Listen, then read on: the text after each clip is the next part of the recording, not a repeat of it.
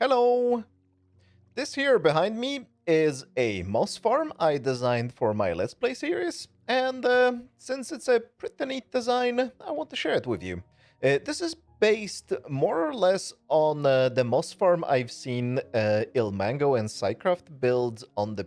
I think, was it in the Peaceful series or was it in the Cyblets? I don't even remember which one, but basically I've seen something like this in videos that Ilmango released, so I tried to basically make my own version of it, and I think it's pretty neat.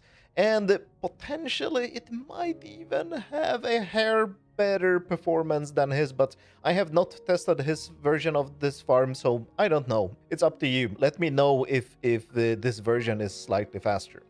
It works like this. We can just turn it on and see what's going on. So there is a stone generator here. We push the stone in here where the moss has generated, and the moss gets destroyed when the stone gets pushed in. And when we have finished pushing the stone in, we send a signal to this dispenser, which bone meals this block of moss. This contains bone meal, and that generates more moss in this area below us. And of course, after we generate new moss, we also flush everything away, and that is important because we need to get rid of all the azalea bushes, moss carpets, and grass. And basically, the moss gets flushed by the water here into a water stream, and the water stream continues into this bubble column here. Now, this bubble column takes all the items that we generate and passes them over hoppers here, and the hoppers lead into composters, and that composter generates bone meal that then is used to the dispensers. So it is perfectly, completely self-sufficient on bone meal and generates quite a bit of surplus as well. This setup here generates about 3,500 bone meal per hour, and that means that we're generating around 700 bone meal per hour per module. And this setup here has 5 modules, but you can chain them pretty much as far as you want. And at the end here, we are only bone mealing everything that comes in. But of course, you can connect a sorting and storing system here and do whatever you want with the generated moss. Because after everything has passed over the hoppers here, everything that comes into these hoppers here is just surplus, and you can do whatever you want with this. We're not doing anything intelligent about filtering out that we only take moss in here or seeds or whatever. It is just whatever items happen to end up in these hoppers. I don't think it's worth it because that would just complicate the mechanism too much. The general functionality of the farm is that we generate a pulse here somehow. It goes into these target blocks here. These target blocks power these sticky pistons, which pull down the blocks that the stone generator has generated.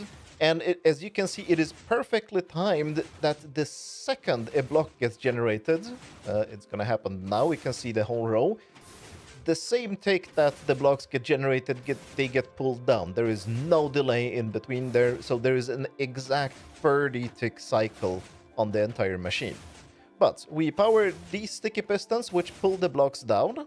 But then there is a problem that we are only using some of the blocks. As you can see, some of the blocks get used up, some of the blocks don't. And that depends on which particular stone blocks here got converted into moss. As you can see, there is a pattern here. So now we're taking this row, and that row. Now there are only 2 rows left. And now is just 1 row left. And now we start a new cycle. So we need to handle that. And the way we handle that is slightly unique. I haven't seen anyone do this, and I kind of understand why they don't do it, because it is a little bit of a crazy mechanism. So after we power these sticky pistons here, the signal continues through this line and goes to this side.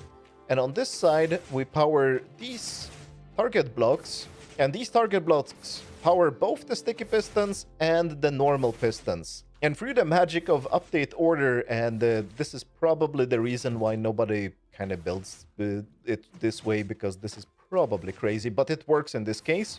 The normal pistons get powered first, and whatever they don't manage to push out the sticky pistons will push back up so that we don't generate new stone. Because if we did generate new stone, that would mean that we would push the stone back up and bad things would happen in the stone generator.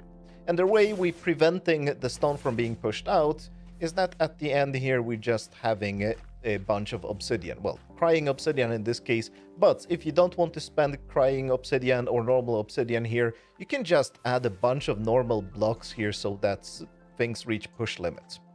If you don't know what push limit is, just keep adding a line of blocks here until things stop moving. It's that simple. Now, what is unique and neat about this machine is that we start a new harvest cycle exactly after we have destroyed the last moss. So you can see, because it's always a different amount of moss that gets generated, but now we start a new cycle here. And now it is different amount of moss got generated, so and now we start a new cycle.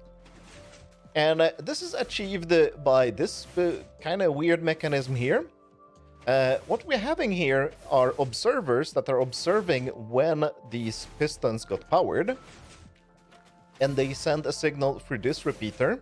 But at the same time, we are observing the pistons, and if any of the pistons move, which means that if any of these normal pistons move forward, that means that they pushed out a stone block. If any of them move, then the observer will see that. They will power this rail. This observer will observe that and send a signal through this repeater. And this repeater locks this repeater just before the signal from this observer line comes through. You can see it in action here. And now it won't get locked because we started a new cycle. And we can see locked, locked, locked, locked, locked, and the next one is not locked. There we go. And that sends a signal to bone meal the moss block to generate more moss, and also this pulse extender here depowers this line, which opens up the trapdoors here, and the trapdoors contain all the water. They are waterlogged. Now, the last part of the machine, the thing that keeps the 30-tick clock, is just this repeater line here, which goes back into this observer to generate a short pulse and start the whole thing over again. This is what cycles the sticky pistons here and the other pistons there.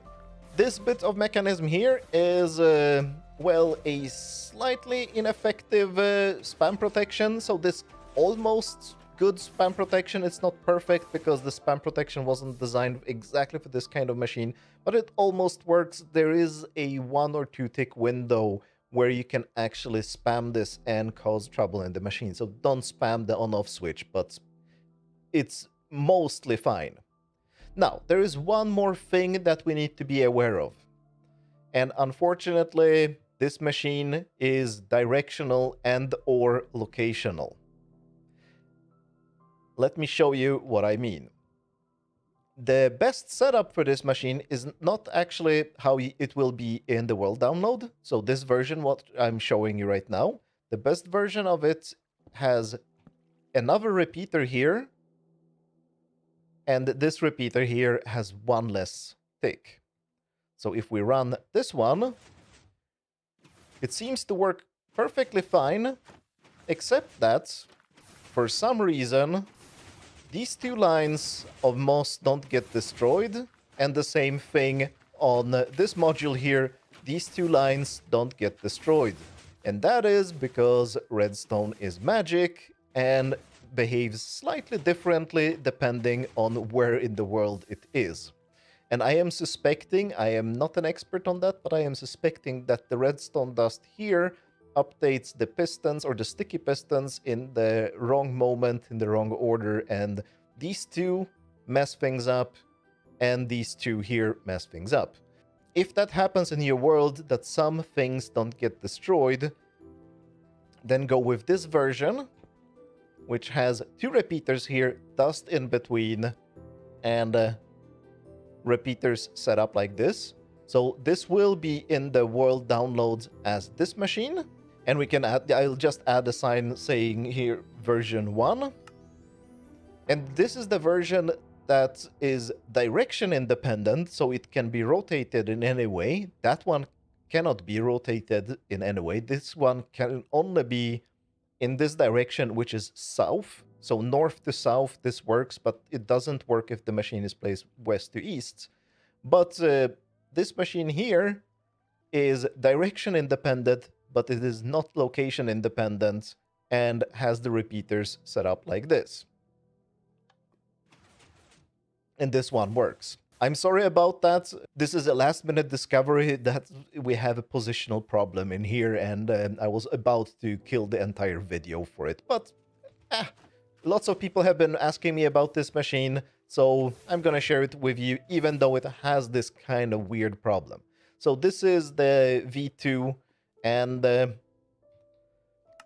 pick the one that works for you. And as you can see, it's super easy to change. You just change this repeater into dust and add one more tick to this thing, or the opposite, you add one repeater here and remove one tick from this repeater. As I mentioned, about 700 bone meal per hour per module, and I think that's the most relevant numbers because people will be using this mostly as a bone meal farm. It is just ridiculously productive as a pure moss farm or azalea or flowering azalea or moss carpet. So that you will fill up in a couple of hours and you will probably have all the moss carpets you will ever need. For bone meal, it's about 700 per hour. There will be, of course, a world download in the description. And if you have any questions, ask them in the comments and I'll answer anything I understand. Otherwise, thanks a lot for watching and have a good mossification. Bye!